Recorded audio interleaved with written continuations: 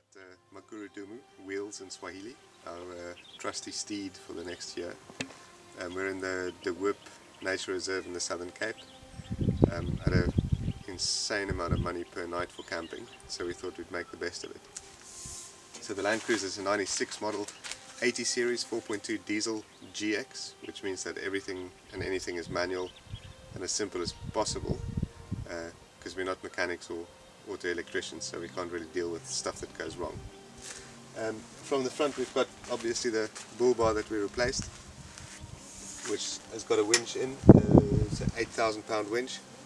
We've got these two spotlights that will help us to not drive in the dark in Africa, as you should. Inside here, like I said, a 4.2 litre 6-cylinder diesel engine. There's a dual battery system in there. At the back of the car we'll start with a roof rack. That's from Frontrunner.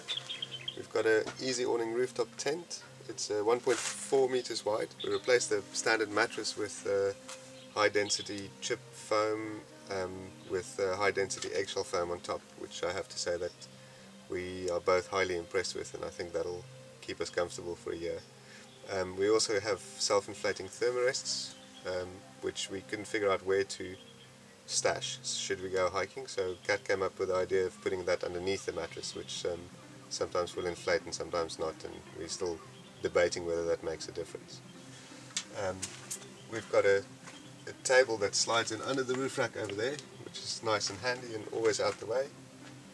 Got a replacement rear bumper with a double spare wheel carrier. We've got Bridgestone Dueler mud terrains, 6 of them, of which we've already had to use one spare in the Tankwa Karoo. We've got this spare wheel step, which is utterly useless and we'll probably leave in Pretoria when we pass through there. Underneath we have a long-range tank which takes 156 litres extra of diesel, so we've got a total fuel capacity of 246 litres, which gives us a nice long range. When we bought the car, it had a Ironman suspension or aftermarket suspension already installed, as well as air helper springs in the back to obviously carry all this load. Driver's side of the car, we've got quite obviously this big easy awning over here that keeps us in the shade when it's really hot and out of the rain when it's really wet, which we've already used a few times in the last 3 weeks. Obviously our tables and chairs fit in there nicely. On the side of the car we fitted a snorkel in case we need to drive through deep water. The theory is with this vehicle you can drive in water up to this deep. We'll hopefully not need to test that theory. Okay, passenger side of the car, I'll talk about this big box here which we had made. It's split into two. On that side is all our braai equipment, so our little packer braai. The whole thing was designed around a cob, which is the world's greatest invention ever in terms of cooking in the bush. On this side we've got a box full of spares, nothing too heavy or too hectic inside here. We've got some oil in here, we've got some paraffin for our multi-fuel stove, and we've got an extension lead in case we are in places that has electricity. On the back of the box is where our high-lift jack is attached. Hopefully we'll not use that too often. On this side we've got a spade attached. Right in the middle here you'll see two little mounts, which are for the GoPro cameras, which is definitely one of our new favorite toys, which we'll show you some footage of later.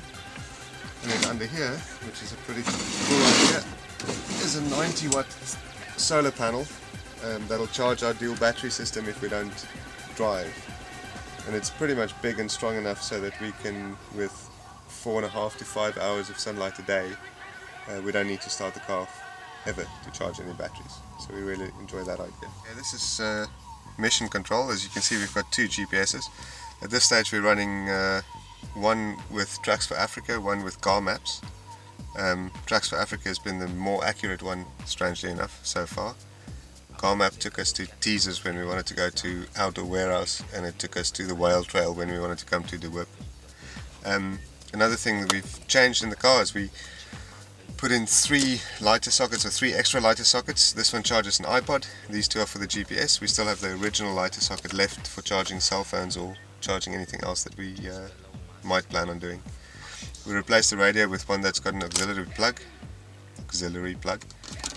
for the iPod, so there's no radio interference or anything strange like that. This is where the back seat used to be, and and this whole thing, actually this whole car has been designed around our ridiculously large Pelican case, which is pretty much for camera equipment.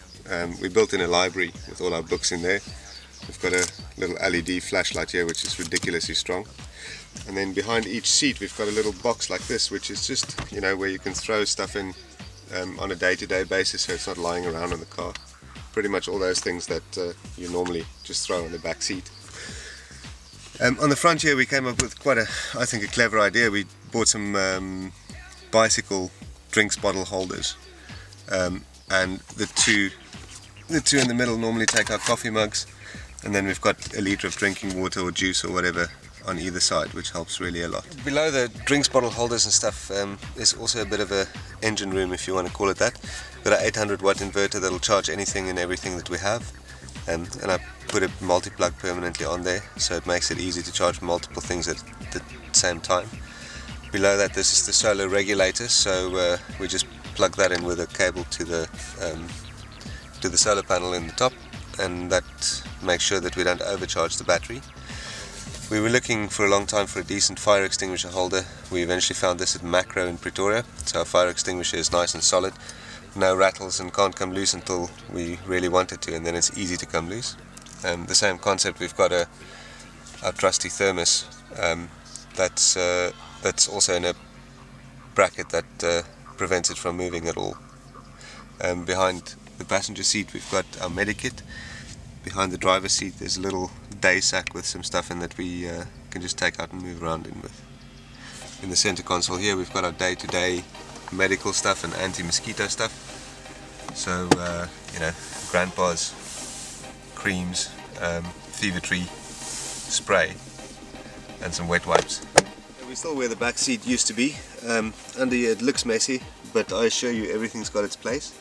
We have two full sets of scuba gear down there. We've got, let's see, two monopods, a tripod, a video tripod, stargazing book, hammocks.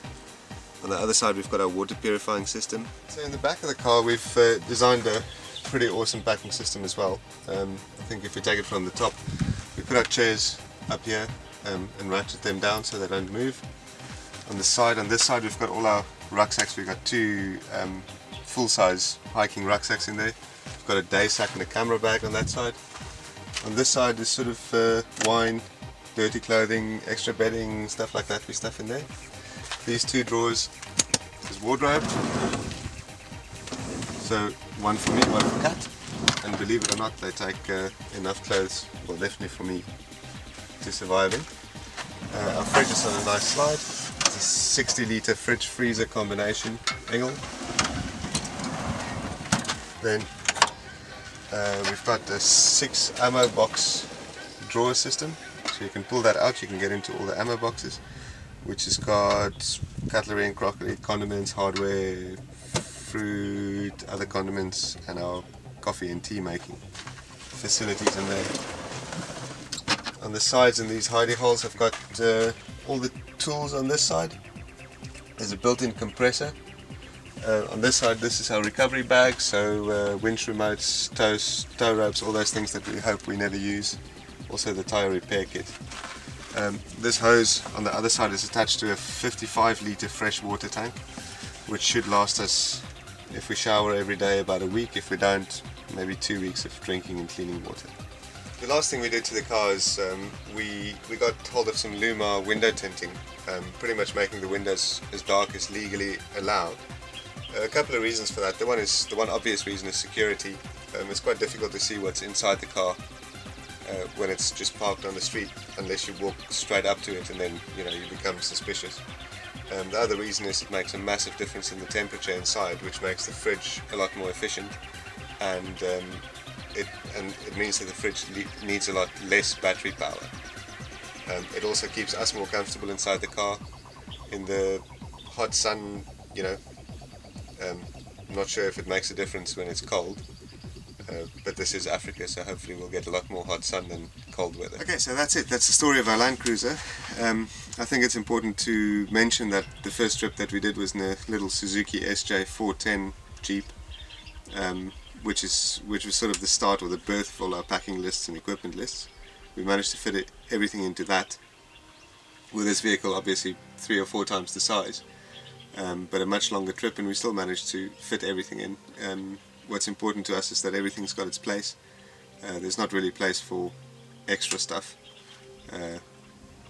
which I'm pretty sure is a good thing. But we made it as comfortable and as efficient as we could, and I don't think there's anything really that we need to change about it.